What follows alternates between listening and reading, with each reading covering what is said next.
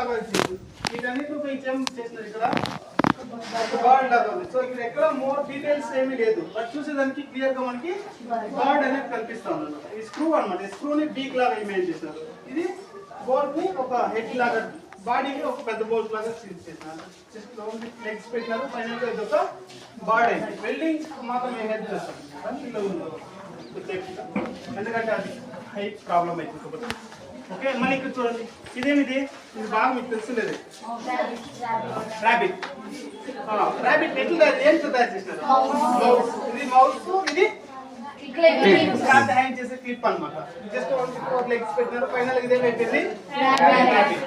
So ఇలాంటి తయారు చేయాలంటే పెద్ద పెద్ద మెటీరియల్స్ అది ఇది అంతా ఉండాల్సిన అవసరం లేదు. జస్ట్ ఎంసీల్ యాడ్ చేసినారు అంతే. అంటే దీనికి వెల్డింగ్ పట్టదు కాబట్టి దీని ఏం చేసినారో ఎంసీల్ పెట్టి మన వాళ్ళు క్లియర్ కూడా కాను విత్తనాలు అవి. ఓకే, సో ఇవన్నీ కూడా క్లేతో తయారు చేసినాం. సో సింపుల్ మెకానిజం టాయ్స్ అన్నమాట.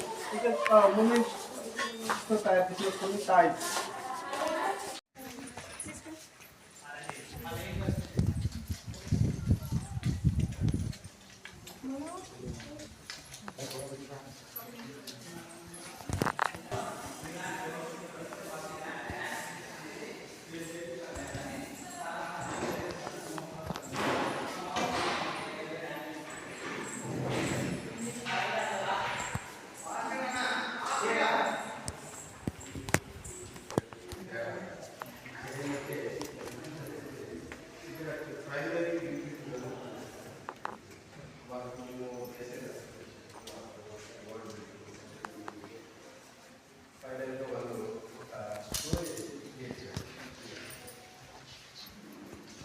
వాళ్ళు రకరకాల స్టోరీలు చదువుతారు.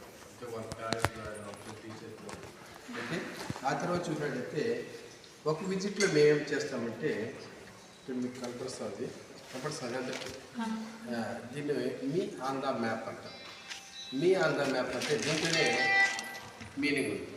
మీ ఆన్ ద మ్యాప్ అంటే ఏమి? నేను మ్యాప్ కదా. అంటే ప్రజెంట్ మనం డే టైం చేస్తూ ఉంటాము స్కూల్లో. ఆ స్కూల్ అనేది ఎక్కడ ఉంటుంది? ఒక విలేజ్లో. విలేజ్ ఎక్కడ ఉంటుంది? మండల్ ఎక్కడ ఉంటుంది?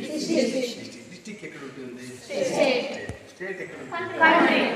కంట్రీ ఎక్కడ ఉంటుంది? కాంటినెంట్ ఎక్కడ ఉంటుంది? ఆ ప్లానెట్ ఎక్కడ ఉంటుంది? సోలార్. ఇది